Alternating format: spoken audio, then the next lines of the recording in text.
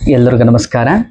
ಶ್ರೀ ಜ್ಯೋತಿಷ್ಯ ಸಲಹಾ ಕೇಂದ್ರ ಯೂಟ್ಯೂಬ್ ಚಾನಲ್ಗೆ ಸ್ವಾಗತ. ಕಳೆದ ಸಂಚಿಕೆಯಲ್ಲಿ ಹೇಳಿದಾಗೆ ನಾವು ಮೃತ್ಯುಯೋಗ, ದಗ್ಧಯೋಗ, ಅಮೃತ ಸಿದ್ಧಿಯೋಗ ಈ ದಿನಗಳು ಚೈತ್ರ ಮಾಸದಲ್ಲಿ ಈಗೇನು ಹೊಸದಾಗಿ ಪ್ರಾರಂಭ ಆಗ್ತಕ್ಕಂಥ ಪರಾಭವನಾಮ ಸಂವತ್ಸರದಲ್ಲಿ ಬರುವಂಥ ಈ ಅಮೃತ ಸಿದ್ಧಿಯೋಗ, ದಗ್ಧಯೋಗ ಇವನ್ನೆಲ್ಲ ತಿಳ್ಕೊಳ್ಳುವಂಥ ಪ್ರಯತ್ನವನ್ನು ಮಾಡೋಣ. ಈ ಚೈತ್ರ ಮಾಸ ಪ್ರಾರಂಭ ಮಾರ್ಚ್ 19ನೇ ತಾರೀಕಿಂದ ಏಪ್ರಿಲ್ 17ನೇ ತಾರೀಕುವರೆಗೂ ಚೈತ್ರ ಮಾಸ ಇರುತ್ತೆ.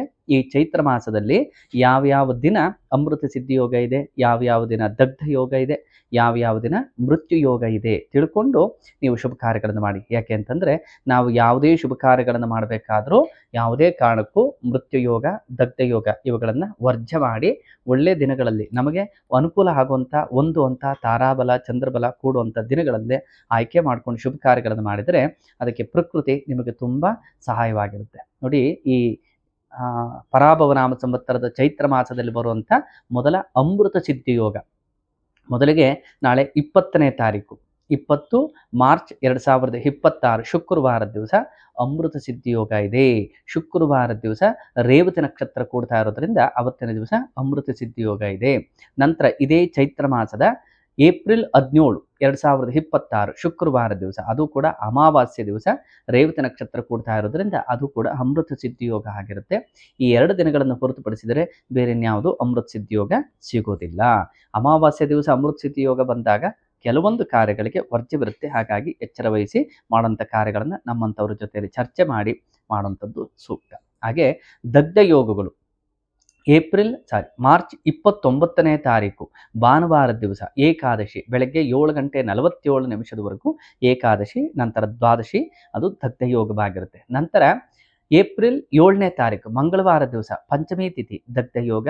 ನಂತರ ಏಪ್ರಿಲ್ 10ನೇ ತಾರೀಕು ಶುಕ್ರವಾರ ದಿವಸ ಅಷ್ಟಮಿ ತಿಥಿ ದಗ್ಧಯೋಗ. ನಂತರ 11ನೇ ತಾರೀಕು 2026 ಶನಿವಾರ ದಿವಸ ನವಮಿ ತಿಥಿ ದಗ್ಧಯೋಗ. ನಂತರ 13ನೇ ತಾರೀಕು ಏಪ್ರಿಲ್ನಲ್ಲಿ ಸೋಮವಾರ ದಿವಸ ಏಕಾದಶಿ ದಗ್ಧಯೋಗ. ಈ ದಿನಗಳನ್ನು ನಾವು ವರ್ಚ ಮಾಡಬೇಕು. ಹಾಗೆ ಮೃತ್ಯು ಯೋಗ ಅಂತಕ್ಕಂಥದ್ದು ಈ ಚೈತ್ರ ಮಾಸದಲ್ಲಿ ಕೇವಲ ಒಂದೇ ಒಂದು ದಿವಸ ಬಂದಿದೆ. ಅದು ಏಪ್ರಿಲ್ 14ನೇ ತಾರೀಕು ಏಪ್ರಿಲ್ 14, 2026 ಮಂಗಳವಾರ ದಿವಸ ಮೃತ್ಯು ಯೋಗ ಇದೆ. ಆ ಯೋಗದ ದಿವಸ ಯಾವ ಶುಭ ಕಾರ್ಯಗಳನ್ನು ಮಾಡಬಾರ್ದು ಅನ್ನುವಂಥದ್ದನ್ನು ಹೇಳ್ತಾ ಇದ್ದೀನಿ.